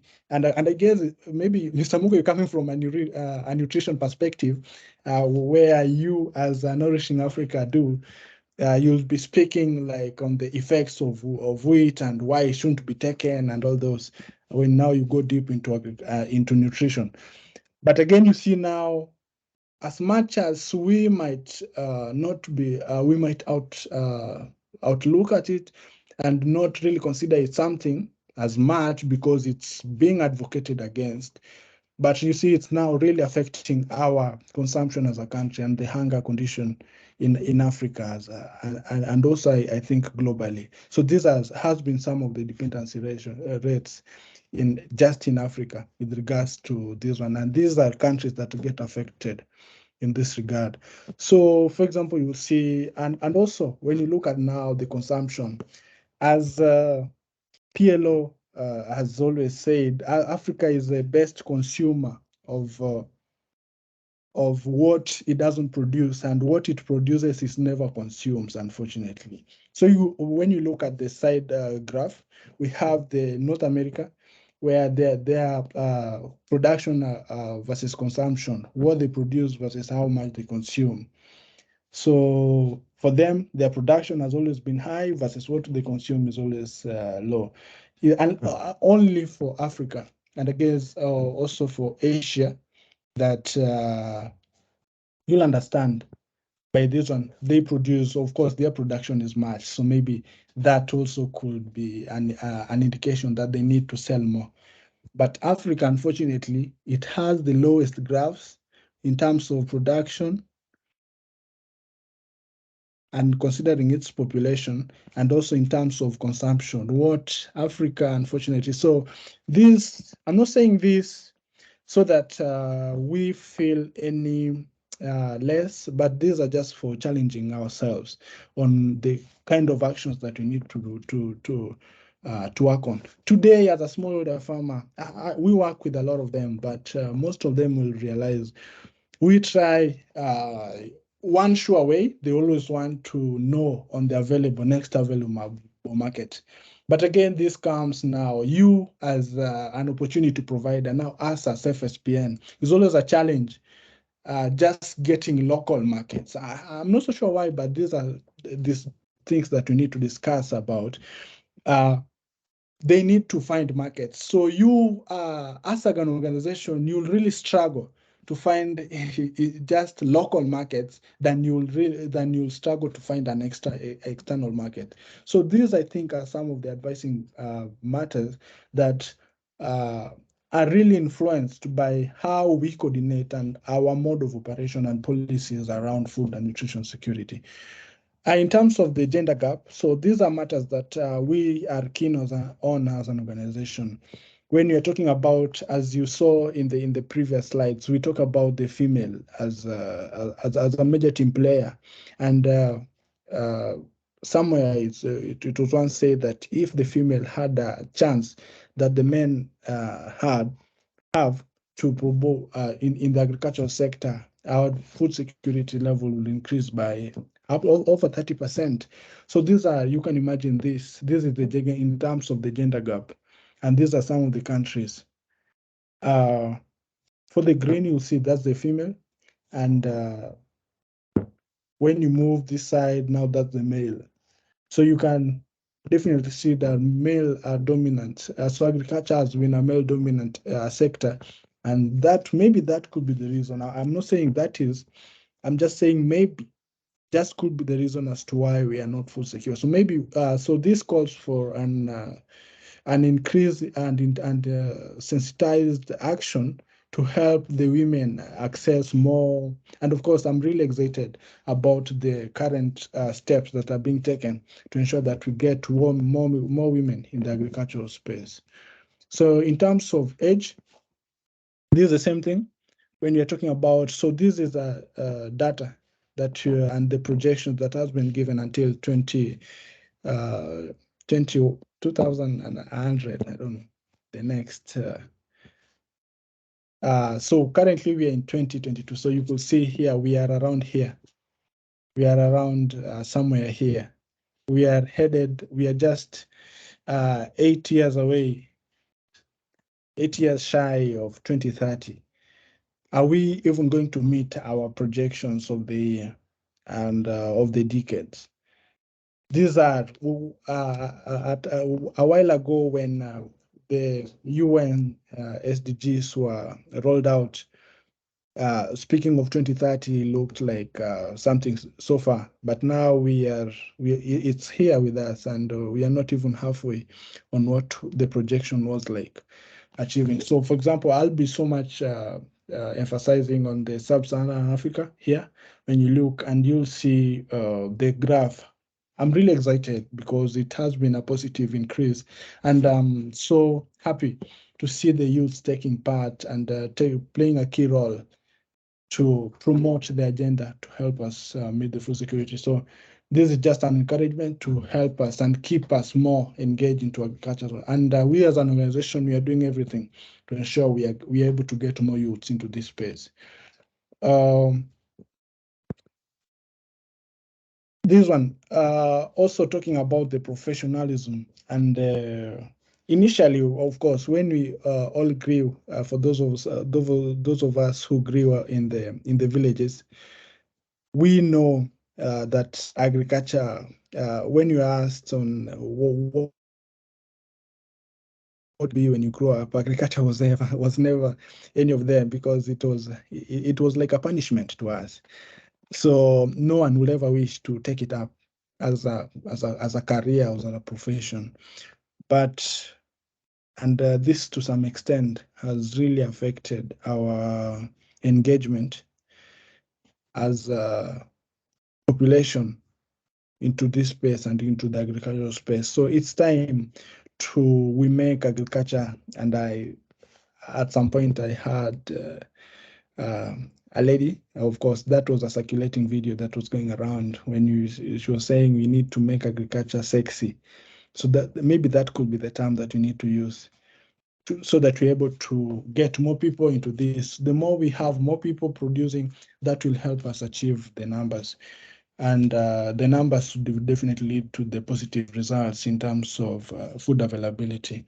And now there's also more opportunities in these spaces. And I'm really excited. At the moment, this was data as per the 2017, but I'm really excited that things have definitely evolved and things are becoming better. In terms of input supply, we are talking we are still on the trends. This has been the trend. This has been the trend, as you can see. Now, particularly on the use of fertilizers and the other inputs that you talk about. So you can see when you look at Kenya, we are better off, for example. But now when you go to other countries, things are worse.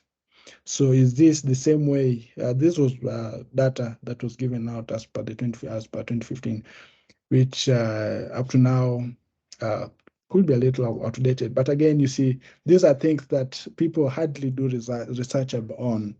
So these are also opportunities for us as a people, because these are data that we need and the people need to know so that we know. As it was once said that you can't know, you can't be sure of, you can't trace your process or your progress if you can't trace where you're coming from. You need to know where your history, then you have goals that will help us meet our projection.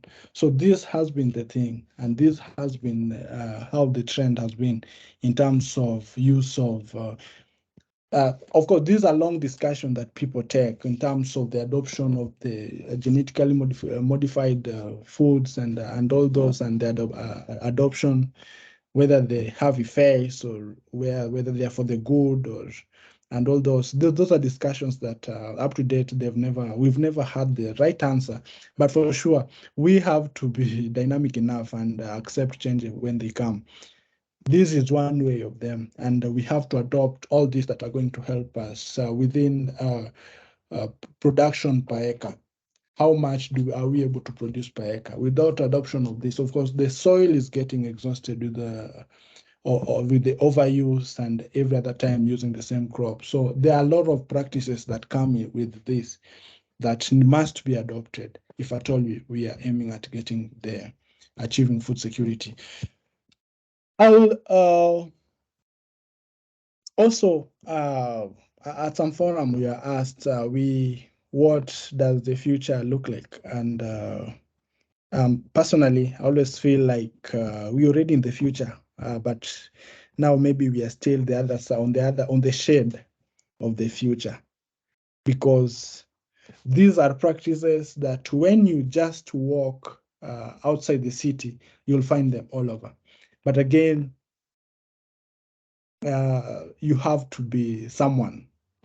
When I mean someone, you have to be heavy in the pockets, unfortunately. So are we already in the future, and what does the future look like? Because you can see, and I was just using very practical example with our current agriculture CS, Peter Munya. Now, these are here in the country. And of course, the other one, I'm not so sure, but this one is an hydroponic farm where we are able to produce within a very short space, you're able to produce the maximum that a space is able to produce. So these are also a challenge that we as a people and as organization and entities that are coming together, we need to look at and really ask ourselves with the increasing population. And of course, this is something that has other effects. We are talking about climate change, where people have to cut down trees for settlement and to construct houses. So the population is increasing, the graph is going up, whereas the now production space are going down. So how are we going to be able to feed ourselves? So these are the technologies that must be adopted and what must be put in place. And one thing is just how will we be able to now, because we have to create enabling environments, definitely, so that we're able to have to acquire these resources in a particular way. Might not be one time for some of us who are not able to acquire the tools at once, But again, we need to have plans just to be able to. I'm surprised, and my biggest wish is always that by 2030, we be able to be, when I walk down the villages, I'm able to see every homestead or every, at least 2 homesteads with one hydroponic farm. In that way, we are going to achieve food security.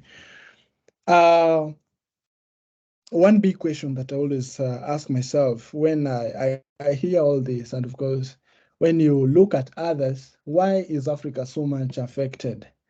We're talking about China with a population of 1.4 billion against Africa of 1.2 billion. And if you look at the size of the land, Africa is the largest in terms of the available space for production. So what are we not doing right? Or maybe what are we not learning from the people, the advanced and the developed countries? For example, I prefer taking the China example, where they have measured on the food diversification, where China, they consume, of course. I won't advocate for, I personally, I'm just speaking for myself.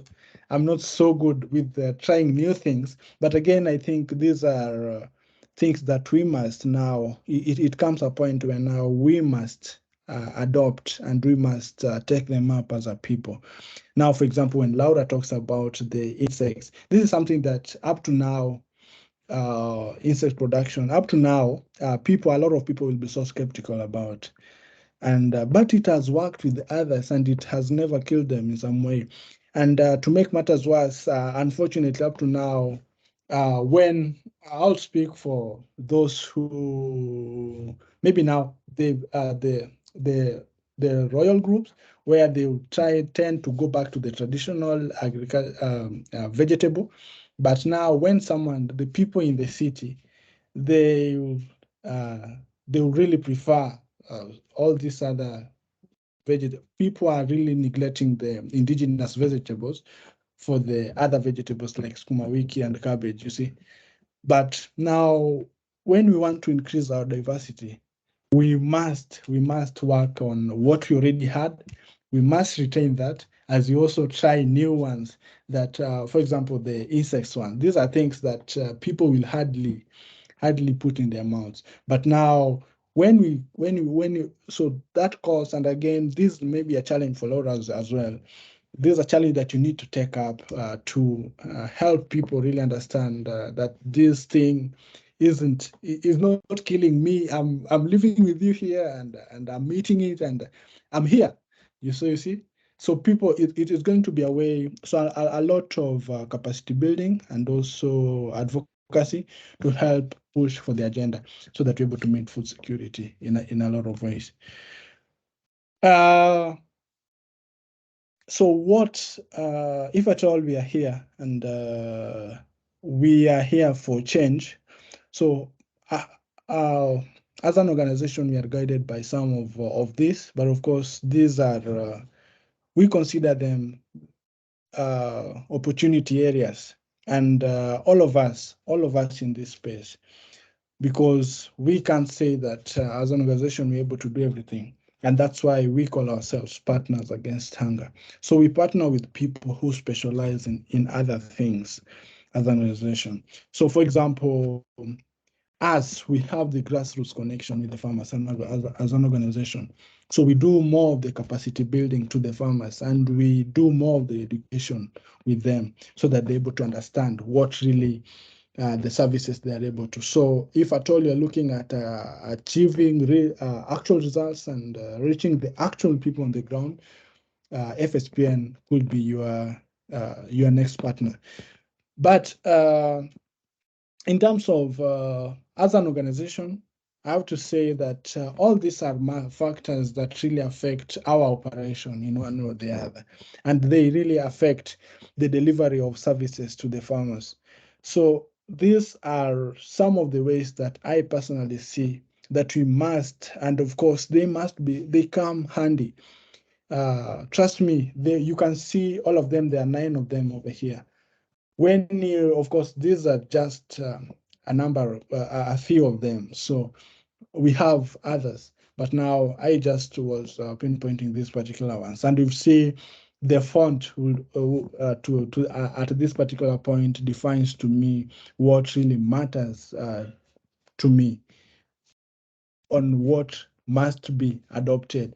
Policy in a lot of ways. At the moment, what we're having, and in terms when you look at the brokers with the farmers and why they're complaining and all those, these are one way that is we don't have proper policies, and the farmer. Maybe I share with you an instance in a lot of ways that I've been to the developed countries, and was just trying to do my personal research with regards to how they're able to achieve food security. Like, for example, we talk about Germany. Those people, we need to have organized ways. However, the land is yours, but you need to have a way that we're able to segregate population from a farm. And in that way, and also the farmers, we have things like now, for example, policies that now create an environment that allows the farmers to thrive. For example, we talk about the farmers not having their money untaxed.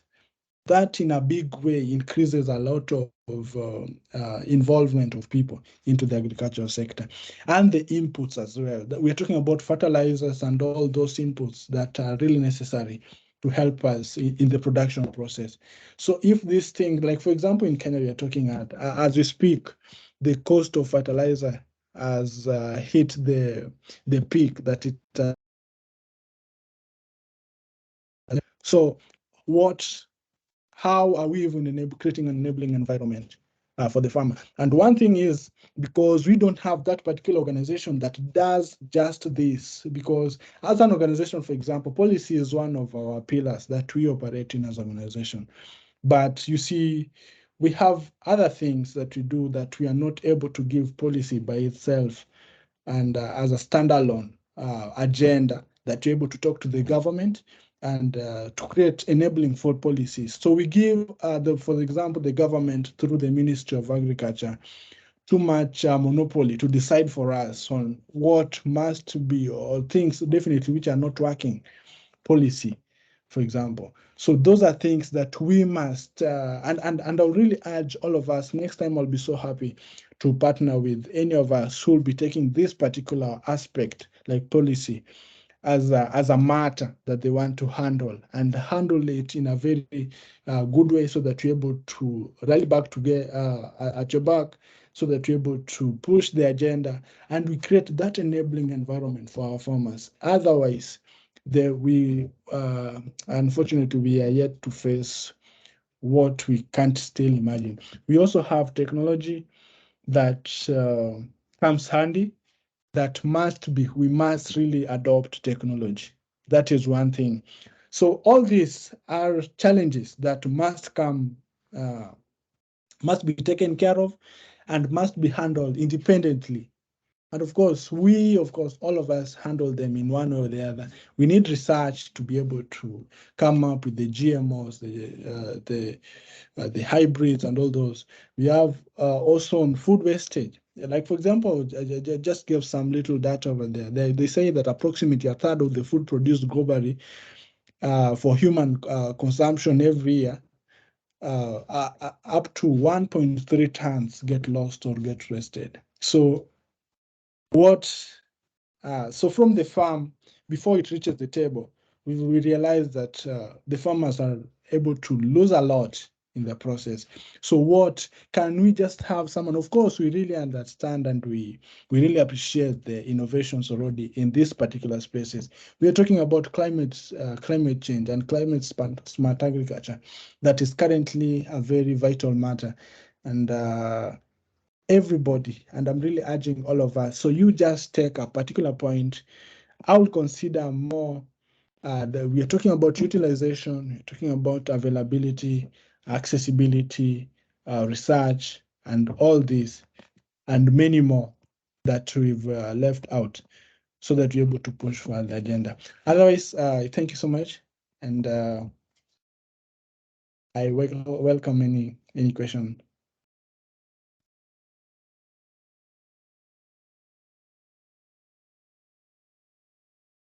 Taking to us the current state of Africa's agricultural sector, as well as helping us to understand how we can actually become more food secure and the role that the farmers play in it.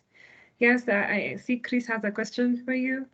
So Chris, go ahead and unmute yourself and just ask Kalvince the question. Thank you very much, Babra and Victor, for that wonderful presentation. Yeah, Victor, 50% of Russia. It's Kalvince, sorry. This is Kalvince. Oh, Kalvince, sorry. Kalvince, 50% of Russia is ASAL, while 80% of Kenya is occupied by ASALs. And you are surprised that out of the 50% of Russia, they are able to produce food that's able to sustain the country, as well as sustain other international countries, including Kenya. While I think majorly, even the other part of the other 50% of Russia is occupied by some sort of ice, so that arable land is very minute, but they are able to produce numerous amounts of wheat that they are selling out to other countries. That is a miracle which Kenya needs to adopt, because while Kenya 80% is ASALs, this 80% is able to feed 70% of the population, and they have been defeated to even feed their neighboring countries with our agricultural produce. And you find that even of the 80% ASALs, there are 90% of, there are over 70% of inhabitants, and of the 70%, 90% of them are youths. It is interesting, 75% of them are youths, while 90% of them are small-scale farmers. It is interesting that we have this kind of interesting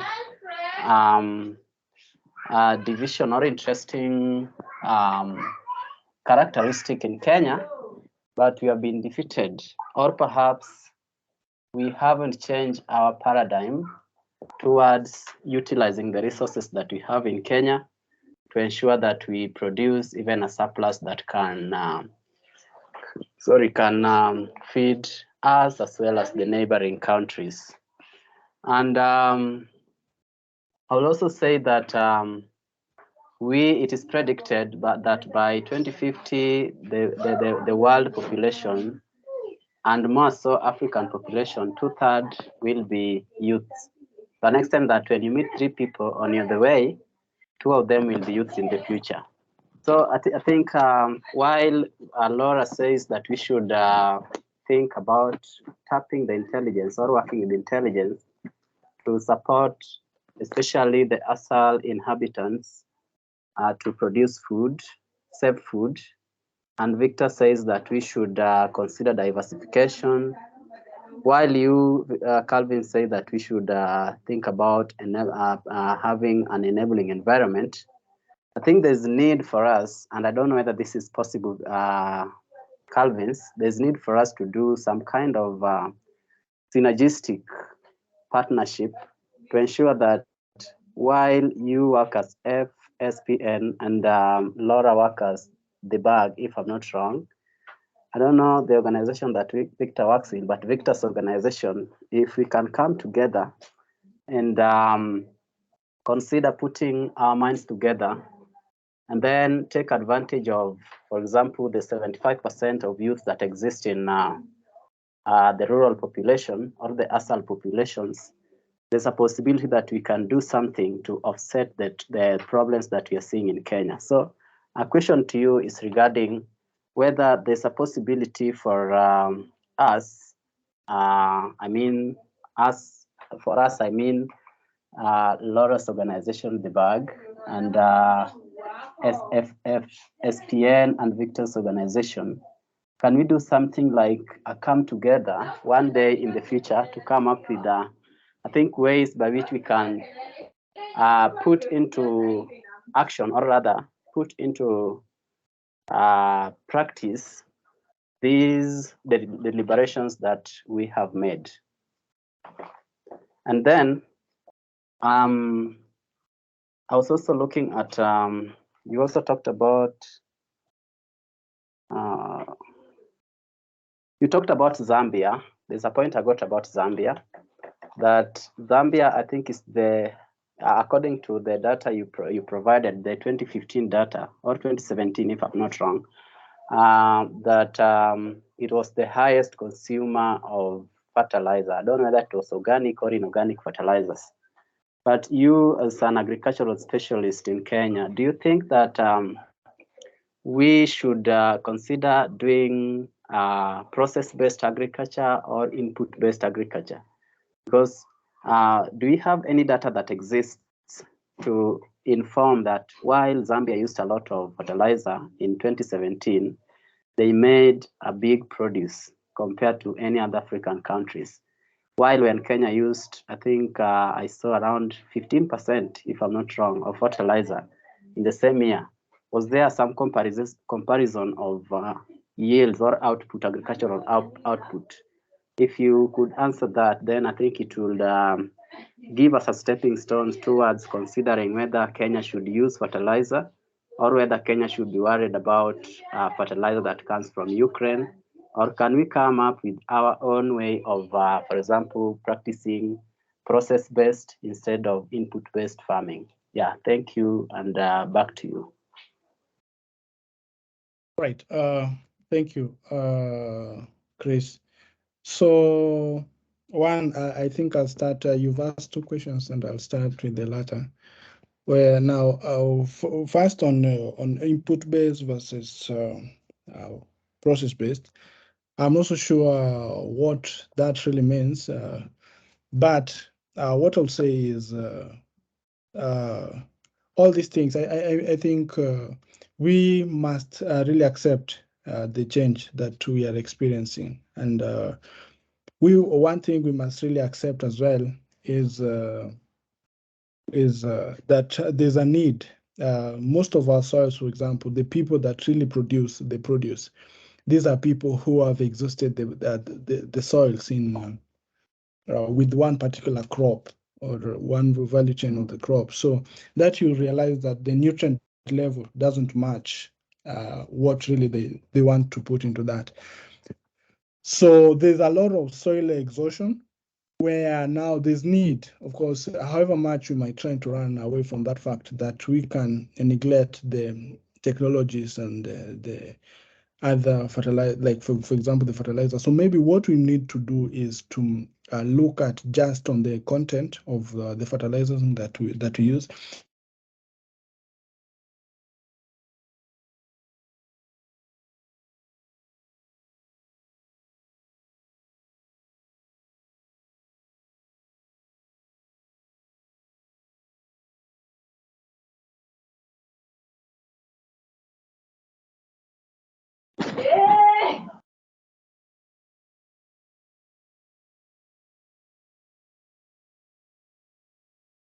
Kalvince, are you still there?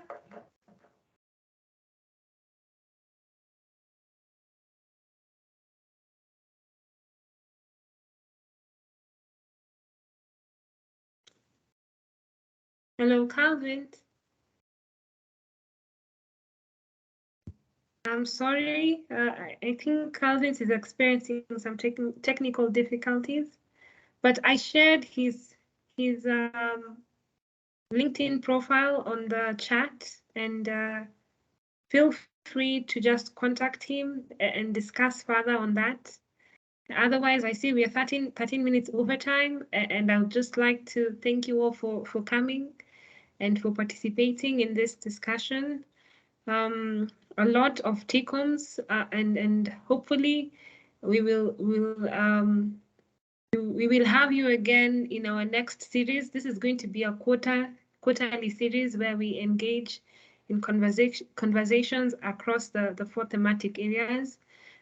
Thanks to our speakers, to Laura, to Victor, and to Kalvince, and to our participants as well. Thank you so much, and see you once again in our next series. Thank you. Thank you. Goodbye. Bye.